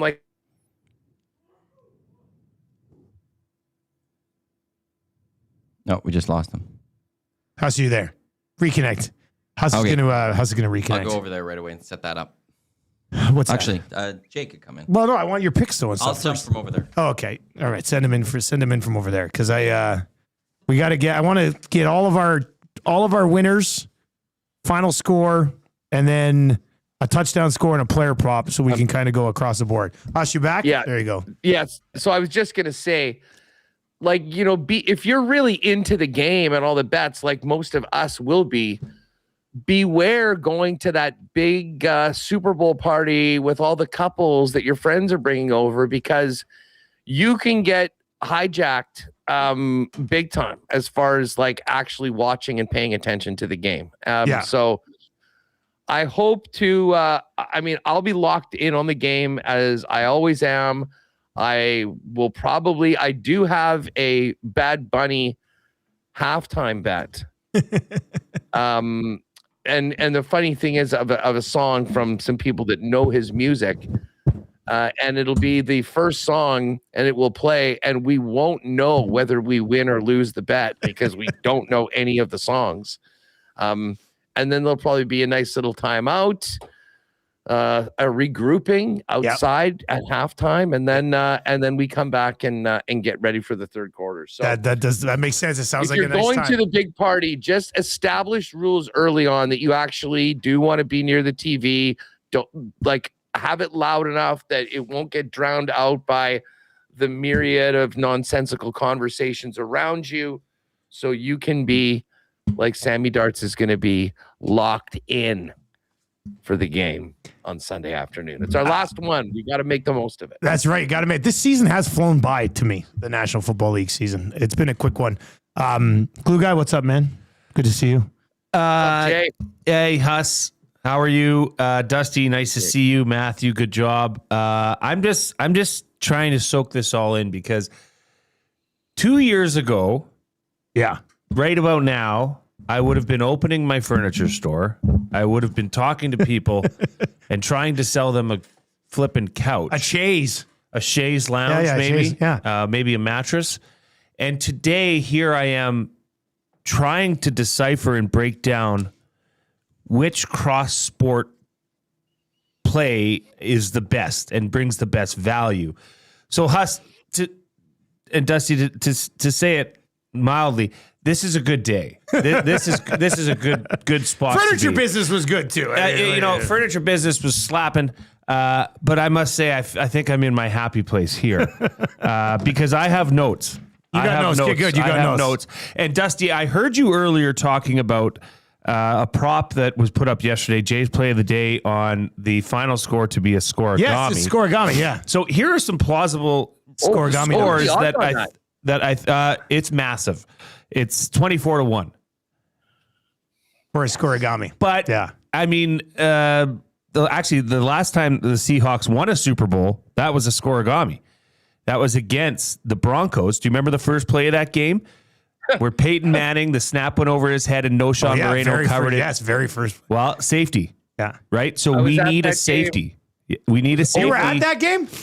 Yeah, that was the 2016 game at MetLife when Gary Lawless was in Sochi. So Leibel came with me and we were there and we were on Seattle, who was an underdog, if you will recall. And they beat them, I think, was it 43-8? They rolled them. Yeah. Absolutely smashed them. And it seemed like it was over like in the first 5 minutes. I mean, literally after that, the safety happened. They got the ball back and they just ran and they had absolutely no answer for the Legion of Boom. Okay, give me this. So what are reasonable scoregamis that we could see in this game? Right. 32-15, 39-15, 39-16. There's a lot of 15s here. Okay. So 43-15, 46-15, 47-15, 48-15. There's a smattering of 18s. Okay. 25-18, 38-18. 25-18, that's interesting. It is, but you do need a rare play to happen. In the scoregami that we were talking about the last time the Seahawks won the Super Bowl, the first play of the game was a safety, but then there was also a 2-point conversion, a successful 2-point conversion So we're already on that. Well, Or I attempted 2-point conversion plus 152. Dusty, I don't know what we're not on. I know that's a good point. Like, So 25-18 though. 25-18, 32-22, 39-22, 36-23. So these are all scores, and I'm going to post this on. I'm going to tweet this out so that come Super Bowl Sunday when we're into it at Sully's We Sports know Bar, what the score we is, know like, what to yeah. look for, and all those that are joining. That's plus us can take it. 2,400. You said it's 24 to just 1. over 24 Yeah. to 1. Yeah, that's nice. I also I did look at something, and sorry to just barge in here and give you these, but I've been working the calculator over there. I've been Googling. My fingers are tired. There is a cross sport play that I think is legit. Okay. The Clippers are at the Timberwolves on Sunday. Kawhi Leonard is averaging 27.6 points per game. This is not a game in which you're playing down to an opponent. The Timberwolves are ahead of them in the standings. Kawhi Leonard's going to have a big game if they want to win this game. Kawhi Leonard, 25 plus points. JSN touchdown, anytime touchdown. Yeah. That's plus 230. Oh, that's good. That's not bad. Yeah. And if I do go ahead and make this Jay's play of the day, I think we could probably get that boosted closer to probably plus 250. So I'm thinking of that. I don't hate that one. I mean, Harden's gone. So Somebody's got to score. Yeah, somebody's going to have to score.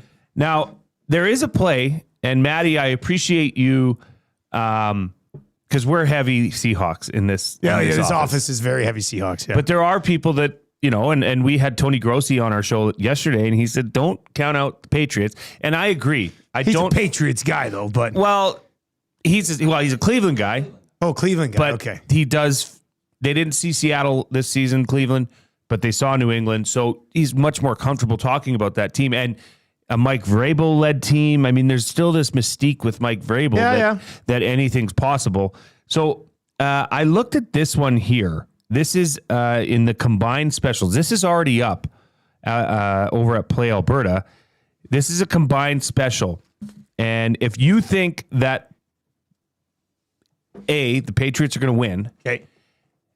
And I think if the Patriots are going to win, I think it's going to be a tight game. Yeah. I don't think it's going to be a Patriots, double-digit victory. So we got a Patriots margin of victory here or what? Well, Drake May to have 75-plus passing yards and 1 touchdown in the fourth quarter. Oh, this is my bizarro Darnold play. If you're on the Patriots, you need to be on this play. Okay. So it's Patriots, Drake May, 75 passing yards and 1 touchdown in the fourth quarter. Pats win. It doesn't say passing. It just says touchdown. Yeah. So he could run it in too. Plus 6,500. Plus 6,500. Like if you're on the Patriots, go to the combined specials and get on this play. This is a path to victory, I think, for the Patriots if they're going to pull this game out. I got on Sam Darnold, 100 yards, fourth quarter, touchdown, Seahawks win, plus 25,000. Yeah, $10 pays 2,500. What is this? Say that Sam again. Darnold, 100 yards. Is this on here? It's on there. Yeah, I already bet it. Sam Darnold, 100 yards, passing touchdown, fourth quarter. So it's all in the fourth quarter. Okay. And then Seahawks win. Okay, so that might be a good hedge, even if you're on Seattle. I mean, Huss, I know you're on Seattle. Do you think this game comes down to the fourth quarter? I mean,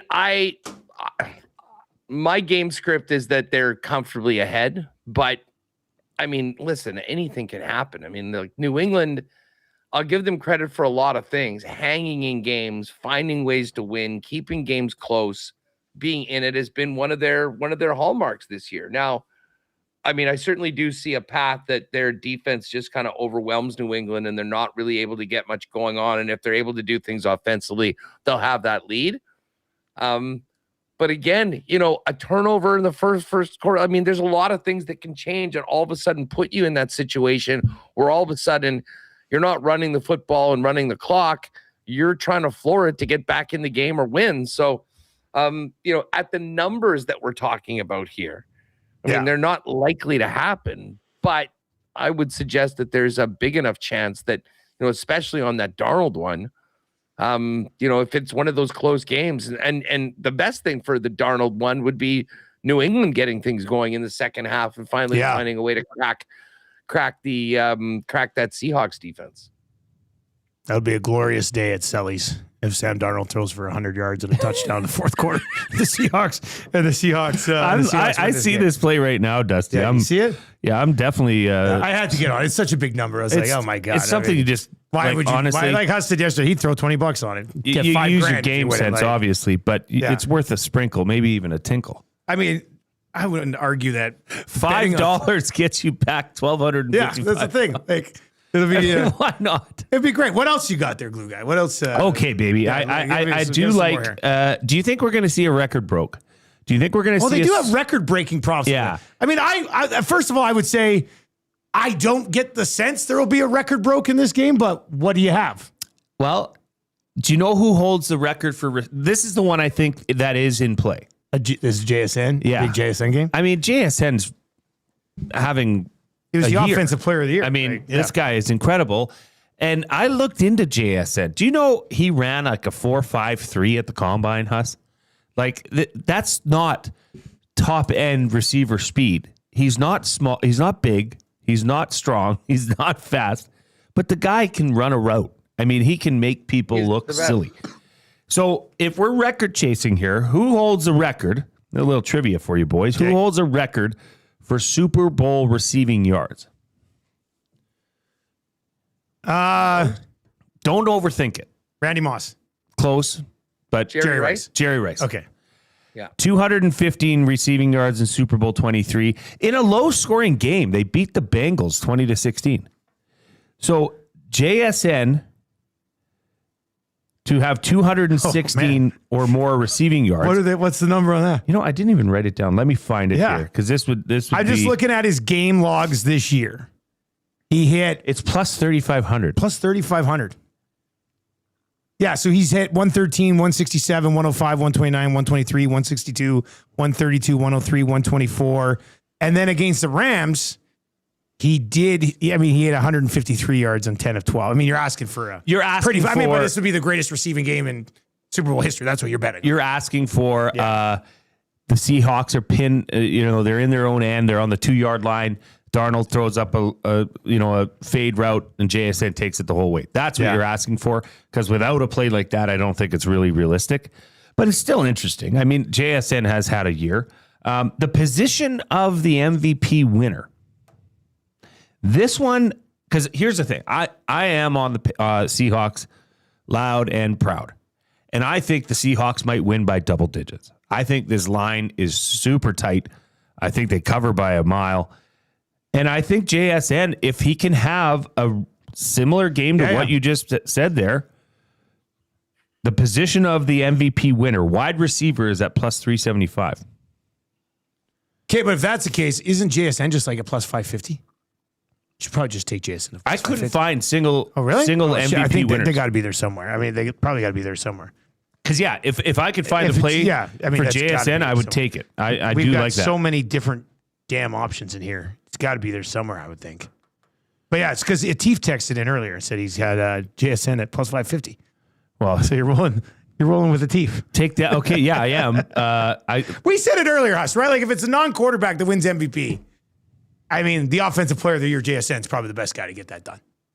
Yeah, I mean, and I'm sure there's a prop out there for a defensive player to be the MVP. Yeah.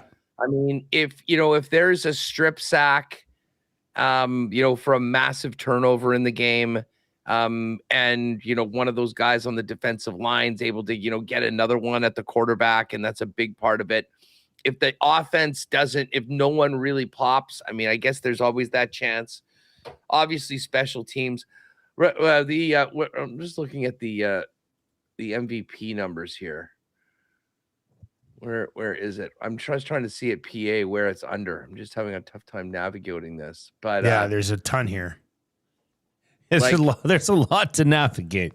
Rashid Shaheed, because of his ability to flip the team in special teams and the fact that he is like the big swing guy. I know there's some promos out there like for 60-yard touchdowns.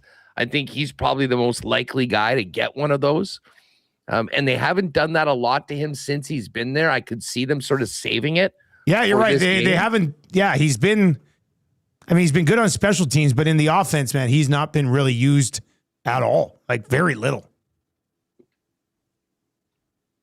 But the MVP, I mean, I still obviously kind of go towards the QBs on this. And to be honest, if we're thinking about MVP, a guy like outside of it, the other guy I think we have to think about is Kenneth Walker. Sure. Because without Charbonnet, it's just natural. He's going to get the bulk of the work. And they're not going to be saving him for another game later on. And, if they end up getting in deep and he puts it into the end zone a couple times and then finishes up, going over his total and getting 85, 90, 100 yards on the ground in a Seattle win, I think Walker in and around 7-1, I think is probably a live bet for it as well. 780-218-9999, 780-218-9999. We get a few more of your text messages. It is the special 2-hour Super Bowl lock shop brought to you by Play Alberta. Big Uke says, do we really trust Wheels actually found that number, or did he just make it up? I mean, it did spell blue Gatorade incorrectly, so maybe he also made up the plus 515. And just keep in mind, 2 days ago, that would have been February 4th, Atif sent in a Valentine's Day limerick to the Reed Wilkins show on the 4th. I think he may have been. He sent me a Valentine's Day AI song 2 days ago too. Yeah, maybe he thought that it was the 4th and not the 14th. Like, can you imagine if a thief thought it was Valentine's Day all day on the 4th? Here's what I just came across. I hadn't seen this one yet. Total touchdown yardage in the game. So this would be touchdown scored, total yardage. Huss, what would you think this number would be at? I don't know if you've seen it. What would you think total touchdown yardage in the game would be set at? First time I've seen this one. I didn't see this last night when I was digging around. 40. Whoa, I think that's low. What's your guess?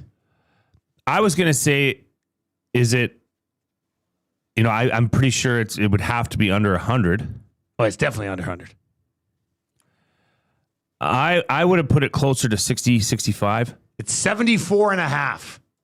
Really? Total touchdown yardage, 74 and a half. So what are we looking at? Let's say, what would that be? That would be. And it's just over or under? It's just, I think it's just over or under. You need a big play. Yeah, you need one big touchdown because you could have 6 15-yard touchdowns and hit the under here easily.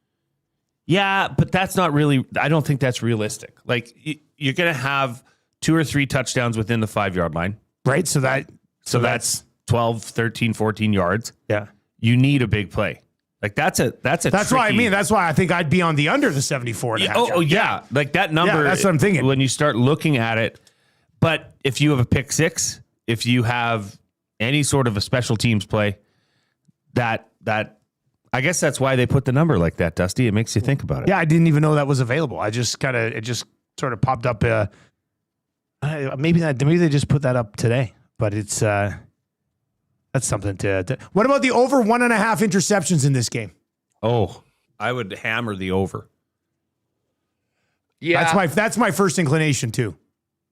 Well, and listen, I mean, I think there's probably one that happens naturally, and even if you're sitting on one, there's certainly a chance that, a team or a quarterback, in the situation just has to, whether it's you could have a Hail Mary at the end of the first half that could go for one. Yeah. Much like we saw Stidham, not to besmirch May or Darnold and put them in that Stidham category, but at the end, with your play out, with your game on the lines, you make throws that you don't normally. So yeah, I'd be in on the over 1.5. Just something that just came across. This is definitely newsworthy in our world, Dusty. From Elliot Friedman reposted that prosecutors in Centre County say they will be withdrawing the felony aggravated assault charge against Penn State's hockey player Gavin McKenna. Okay. So much ado about nothing. So they're withdrawing all 4 charges? Because he had like The 4 felony charges. aggravated assault was charge. probably the big one. That was the one that would carry All some right, weight. so there we go. There's a little bit of update on the He's good. Gavin McKenna Listen, case. this is only going to strengthen his spot as the number 1 pick. I mean, we are going to look back at this whole thing, and it's going to be a net positive for him. I'm not sure whether it's true, but this business about his mom that being insulted and called a whatever, I mean, it does sound like something concocted by the agent. Like, what could possibly make this situation look as good as possible? Well, let's go with a guy was going at his mother. But listen, a lot of GMs look at these young players. They're all skilled. They do all these things, but they're soft. So if McKenna's out knocking guys out because they're going at his mom, I think that will be a big advantage for him when it comes to the draft. If his stock was falling a little bit, he's got the all-world skill. Not a you know what. So I'm here for it, and I think this is going to be not only much to do about nothing, but I think there's some GMs that like him a little bit more than they did last week. Okay, let's start to put together a couple of parlays here. So let's each take a player prop, and we'll throw in a big 4 or 5 leg player prop parlay here. And then probably got to do some sort of TD score as well. So Huss, give me your best favorite player prop in this game that you want to put into a parlay. My favorite player prop. Well, I really like the Cooper Cup number. Now, I had it at 32. I think PA's got it at 34.5. Yeah. But to be honest, I mean, I love the Sam Darnold. I mean, the Sam Darnold is 229.5. So, I mean, to be honest, I think I'll start with Sammy Darts. We've been riding with him all year long. This would be sort of more probably on a Seattle side of things, but that's the side that I'm at. So, Sammy Darts over 229.5. All right, so we'll start there. Sam Darnold over 229.5 passing yards. Glue guy, Maddie, come back over here. Hop on this fourth mic. We'll get your player prop here. Glue guy, what do you think? What are you gonna throw into this mix here? I thought Haas was going to go Cooper Cup. I might come back around to Cooper Cup here, but I'm on Cooper Cup too. I'm on Cooper Cup anytime touchdown. That's at plus 310. I don't know if you want to. Probably not into the parlay. It's probably not into this though. I'm okay. I'm gonna go pretty chalk here. I'm gonna go Drake May interception. Okay. I don't buy Drake May. I don't At all. No, I'm not totally dismissing him. I just think against this defense, and he's faced tough defenses throughout the playoffs. I understand that, but he hasn't looked great. He hasn't looked great in doing so. Yeah, He hasn't looked great. And I think that the defense is going to get to him. I think there's going to be a lot of pressure coming at young Drake May because I think the Seahawks are going to take away the run game, and it's going to force the Patriots to pass. So I'm going to take Drake May. That is a interception over 0.5. All right, so we've got Drake May interception, Sam Darnold over 229.5 yards, Matty Iwanek. You haven't picked anything yet? No, I haven't picked anything yet. It's up to you now, buddy. Hi, Matthew. I didn't say hi to you yet. Hi, Jay. Give me a second here. Are you trying to throw something Patriots in here? No, You can if you want. I mean, let's. No, well, like That wouldn't be genuine. Like that wouldn't be authentic. Well, I would go with something that I was going with earlier, like Stephon Diggs' longest reception or something like that. I mean, it's your call, man. That's the stuff. So I'm just trying to see what would maybe possibly work with this one, and I'm just trying to use. Ooh, this is where I am. What about kicking points? The old kicking points. No. Okay, I just need to search something up quickly. Okay, well, I'll go. I want Cooper Cup in on this thing. So let's go. 3+ receptions. Yeah. Three plus receptions. So over the 2.5. So because the number's 3.5, but we can get it to 2.5. Pro Seahawks stuff so far. Well, yeah, because that's what he we picked are. Drake May. The interception. So pro. That's why I said pro Seahawks. I picked Drake May to stink. I mean, I like so Cooper Cup in the 2 playoff games so far. Targeted 5 times, caught all 5, 60 yards. Targeted 6 times, caught 4 of them for 36 yards. Huss mentioned the number of PAs, 34.5. But he's also gone over, so actually, Play Alberta would probably give us the 2.5 number on Cooper Cup. Probably. He's 3.5, but I got 2.5 in the same game parlay. So we probably get it to 2.5, which for a parlay like this, I'm totally you're fine okay with yeah. that. Let's go Cooper Cup, 3+ catches, so over 2.5 catches there. So we'll lock in Cooper Cup on the parlay. I'm playing the over 3.5 on its own because it's plus money as well. But for the parlay, I'll see if they'll move it down to 2.5. Maddie, what are you going to do? I'll bring it down. Over 40 rushing yards for Ramondre Stevenson. Oh, I like Over that 40 play. yards. Yeah, he's at 48 For and a Ramondre. half. So 40 plus, like over 39. What's his rushing average? Do you know? Like, what would it? Because I think that number's low. Well, he's been used heavy, recently. I just think since building parlay, might as well take a few extra yards off of that. Yep. No, that's okay. So we're on. Try to keep that Stevenson, going a little 40 plus rush yards. What do you guys think of this? So Stevenson this season, not playoffs, I'm going to go regular season. He's been averaging 43.1 yards per game. Okay. These playoffs, in the 3 playoff games, he's averaging 64.7. Going up against the number 1 rush defense in the NFL. Are they the number 1? Yes. Only you, Awanik. Yeah. Only you I would thought put it you on would a have rush. spoiled no. this with kickers, No, not with Ramondre Stevenson. Anyway. I don't think they're going to get away from it until they absolutely have That's to. the thing. Like, I think they'll stick with I it. think Mike Vrabel and that offensive play calling has shown that they will stick to If the they run. fall behind 10-0, I don't think they're all of a sudden being like, we're not giving the ball to Ramondre Stevenson anymore. No, I don't either. What do you think of this? Because, and Huss, you might like this a lot. Just quickly, back to the rush. The Broncos and the Patriots, Seahawks were the same when it came to rushing yards allowed per game, basically, all season. Basically. 91.1 for yards per game for the Broncos, 91.9 for the Seahawks. So the Broncos actually were 0.8 So yards are you better. arguing with him over 0.8 No, yards? well, I'm just Is that saying, what's though, like, happening what right did now? he do last game? What did he do last game? Well, that was a He's weird the game, though, like snow game. And Okay, so you're trying to call me out for this. He had 71 yards and all of that. Oh, that's ESPN. Huss is getting a good look at inner workings here at EST. He's fired up. What were you going to throw to Huss? Shot at me. Well, it wasn't a shot. I Wasn't a said shot. it. It's He's going to just get pointing it ruined out. because of you going up against the number one defense. I said technically you're going to ruin Dustin said And that. he's playing off all of that. it. I love them look all, at this. boys. I'm Look going to at play this. it. I'm No, going to no, play no, it. no, I'm just gonna- I I'm just will gonna not point something sit out here. here. No, There's a no, no. reason I why will the not Drafts sit here. have a problem when these two are and together, take- Huss. Exactly. See what he's doing? Huss We knows. don't have a problem when we're together. What are you talking about? Because other things. Oh, my God. I knew he would do this. That's ridiculous. I knew he would say, "Oh, Dusty and Jay." You're being ridiculous, Wanik. Yeah. Anyway. Slow down. What were you going to say? What were you going to say? We got to still bring in Latino Heat here to give Huss. Kate. Oh, no. Huss. No, damn it. Really wanted her Nana hop on. Okay, what do you got? Extra point made. So if you, What do you mean extra point made? How many touchdowns do you think the Seattle Seahawks are going to score? Huss, I'll go to you first. 3, 4. Yeah, 3 Okay, or 4. Yeah, okay. I was going to say. Yeah. Extra points made. Jason Myers of the Seattle Seahawks over 2.5. That's the over under. What's the number? Minus 127. Like that would be something you could throw Are into you a trying to parlay. throw it in here as well? I don't know. Just talking out loud. Don't get that carried away. Yeah, I mean, if you were going to do that, I think you're almost better off looking at a kicking point.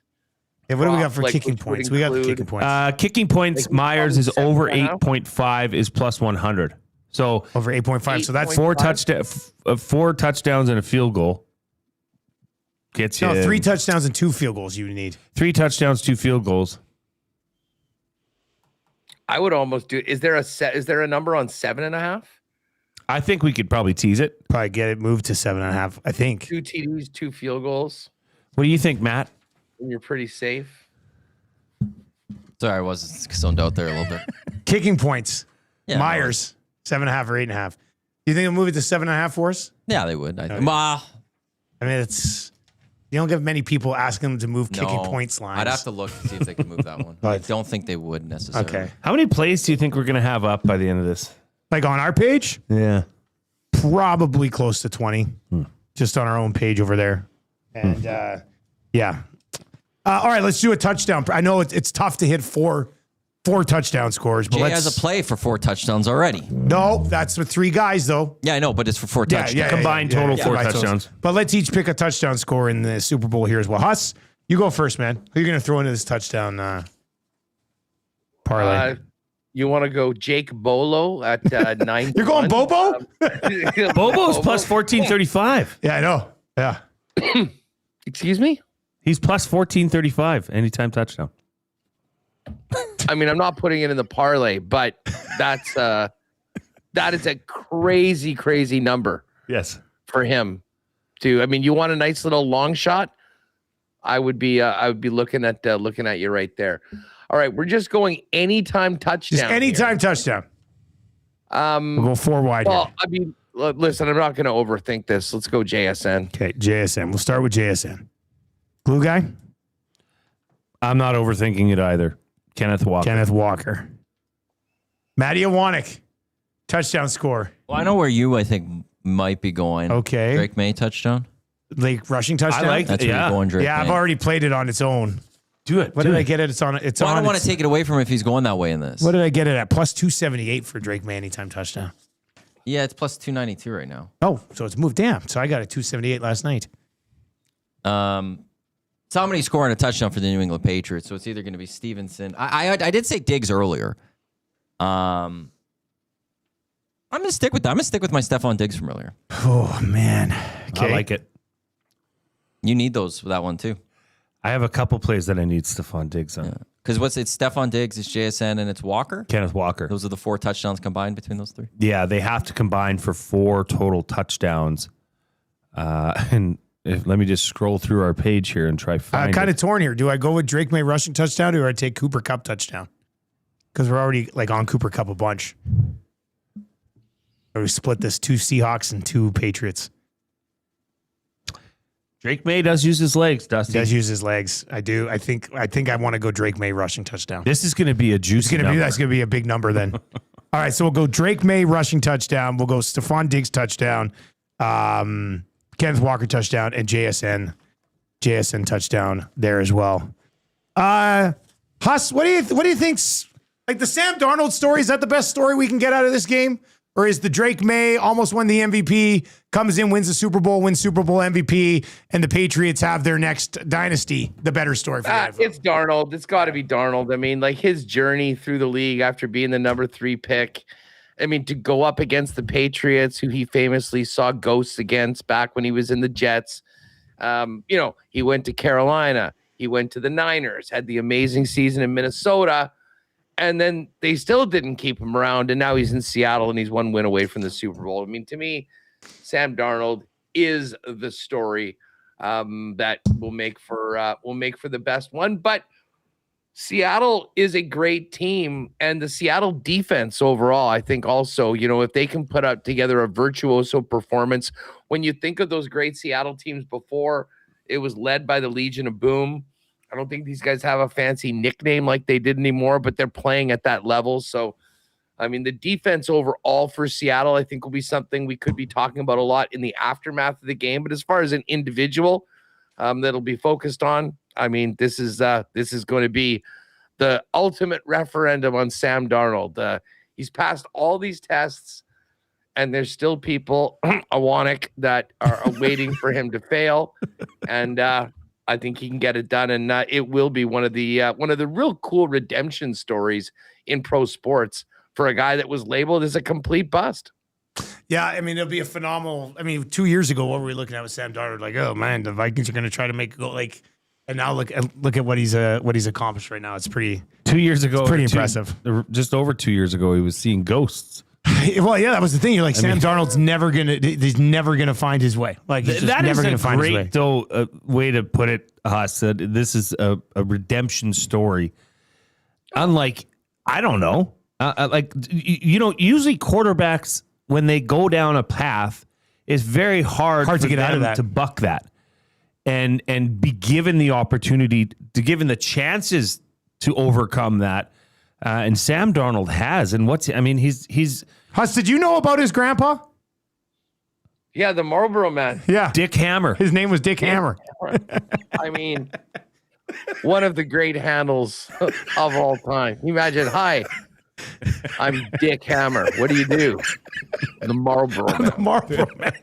Yeah. Like that's if you're looking at like top 10 names and jobs in United States history. Well, and he was Dick also Hammer, the Marlboro Man's got to be the guy. He's got I don't- greatness in his bloodlines. How was he not winning? this. I don't. And wouldn't it be something if Sam Darnold lights up a Marlboro after As the he game? like to celebrate. Wouldn't that like That'd be a pretty his- like, instead of like a cigar. Thanks God, and then fires up the Marley. Yeah, it's just right there. Do you know do you remember a show, Huss, called Emergency? Vaguely. Is that like an old Canadian show? It's an old TV show. That Dick Hammer Yeah. was on the TV show Emergency as well. Like this guy was like a cold-blooded superstar. Like he was a stud. Huh. You I kinda have to had no idea. I had no idea he was also on the television show Emergency. Reed's eyes lit up. I forget. We had Greg Bell on from the Tacoma Times-Tribune. Yeah. And he mentioned that, and Reed's eyes lit up. And I went right over my head. I've never heard of Emergency, but Reed is of the vintage that he definitely remembers the show Emergency. Huss, exact score. What are you predicting for the score in this one? Ooh, exact score. All right. Well, I will go 30. Ooh, geez, this would be an under though. I'm kind of in The old classic conflict of 30. Oh, no, that's the under. I'm leaning over. Go 30-17. That would be the over. okay, I was gonna say 30-13, Yeah. but we'll go 30-16, 14-point win, Covers the over by And- half a point. and covers the over by half a point. All right, so Huss is on 30-16. Glue Guy, what's your exact score? Seattle to win, obviously. Yeah. 38-18. Oh, wow. Scorigami. All right. Origami. Is that a scorigami? It is. I'm going to play some of those scorigami. I got to get on that scorigami bet. It's good value. Yeah, It's I'm going to 25 got to to 1. get on. It's going to happen sometime. It has to. Yeah. It happened already in Seattle's last Super Bowl. What was the victory. lowest scorigami? 25-18? No. There's like you could win 4-0. Oh, yeah, no. But the one that you brought up, there was a 25-18, I thought you said. 25-18. 25-18. Yeah, that's interesting. All right, so Haas is on 30-16 Seahawks. Glue Guy's on 38-18 Seahawks. Maddie, what's the prediction? 27-24 New England Patriots bring it back to Foxborough. Oh, man. 27-24 New England Patriots. And I will Start the go. new dynasty. I'll go 27-13 for Seattle. Haas, what's coming up on WSC today, buddy? We're going to get into the Olympics. We're going to talk a little CFL. Hammer's going to jump on. Is kind of a little bit more of everything that happened. Axel will be on. We'll Dick make some Hammer picks. or Jeff Hamilton? Super Bowl. Yeah. It'd be Jeff Hamilton, not to be confused with the Marlboro Man. Hey, just on my way out, couple other bets that are out there. And again, PA, there's a ton there. So I'm not sure whether these might be slightly different, but do have some, I think it was Big Maple or was it him that got us? Anyways, Ballet Involidable. Yeah, that's right. The song. Yep. Yeah, for first song for Bad Bunny. We got a little piece of that. My favorite prop for this game, and it is usually under like a team specials spot. So Okay. try and find it. The New England Patriots. The question is, what will happen first? A punt or a score? I'm taking punt. So that was like about minus 123 or so. And another one that I was surprised there was plus money. Player or coach to cry during national anthem. I'm taking ooh. no. I'm Okay. taking no. Bunch of hard I mean, asses that's here. that's like the Nick Sirianni peacocking bet. What's the number where- on no? But plus 160 Oh, on no. I'm So right. I'm like, all there right. will not be any balling players or coaches before the game, or at least shown on the broadcast. So that's there. And as I say, I like that window. Seattle by 2 touchdowns or so. So I've got one like Seattle to win by 13-18 at plus 600. I know at PA, there's a 14 or more adjusted line, which is a nice number. So we're going to be on that. And then maybe my favorite one, you can do this yourself, or maybe even want to put in a boost. Seattle to cover the spread, parlayed with Canada to win the gold medal in Olympic hockey. Let's do this. That's a big one. We'll be talking about that next week. Huss, we made history today. 2-hour lock show, buddy. It was a lot of fun. Thanks for being here. Dusty, can we ask one favor? Sure. Huss, can you ISO cam or have somebody film you at the start of the halftime show when you're just running around trying to figure out what song Bad Bunny actually sang? Like, I need that footage. There's going to be plenty of refreshing, and I'm not sure whether I'll have any Bad Bunny experts around with me, so we might have to lean on the internet for that one. Yeah. As soon as we find out what song it is, then halftime officially starts. So then you can get away with it. Or something like that and make it on. Hey, guys, have a great time at your party. And by the way, Dusty, you guys have really planned this out perfectly because, and again, I was great to get away and listen. It was so damn cold in Winnipeg, end of January, great. But we are approaching traditionally the most depressing day of the year, the Monday after the Super Bowl. The fact that you guys have loaded up this Mexico trip within about 10 days of it afterwards, you go, you come back, you're basically in March. Straight into the trade deadline, buddy. I mean, that was classic. And tell LTE, take care of himself and enjoy the veteran move of not having to be there for the show on Monday. Hey, I'll be here on Monday. I'll talk to you on Monday, Huss. We'll see you then, buddy. Enjoy the game. Later, guys. Enjoy the game. That is us from the Lock Shop, obviously, and Winnipeg Sports Talk as well. The absolute, maybe the line of the year, not just on the Lock Shop, but on the station. Maddie, what was the exact line again when he goes, -169? That's a good line on God. That had to be one of the funniest things I've ever heard in my life. And you could see he genuinely was just like, -169 is a good line on God. Like, my goodness. Oh, man. All right, so we got a lot of things to send over. Maddie, thanks for the extra hour from the hangout for the Lock Shop today. And we got the oil stream coming up next, followed by EST Afternoons into the Reed Wilkins Show. What do you guys got coming up on the Reed Wilkins Show today? Damon Bunting's going to be a good friend of the station. Oh, is he coming Damon in? Bunting's in studio from 5 to 6. Okay, so good. Something tells me he might be wearing a Jacksonville Jaguars. He's a Jaguars guy. Jersey. Yeah. Well, that's okay. I mean, should like that. I like it. The investment. Let's keep it going. That'll be good. Oil streams on the way next for Matawanek and Glue Guy and Huss. I am Dusty. Thank you very much for joining us for the first ever 2-hour Lock Shop. Best of luck if you're riding with us on the weekend. If you're going to be at the Super Bowl party, we will see you there, and we'll break it down all on Monday. Take it easy.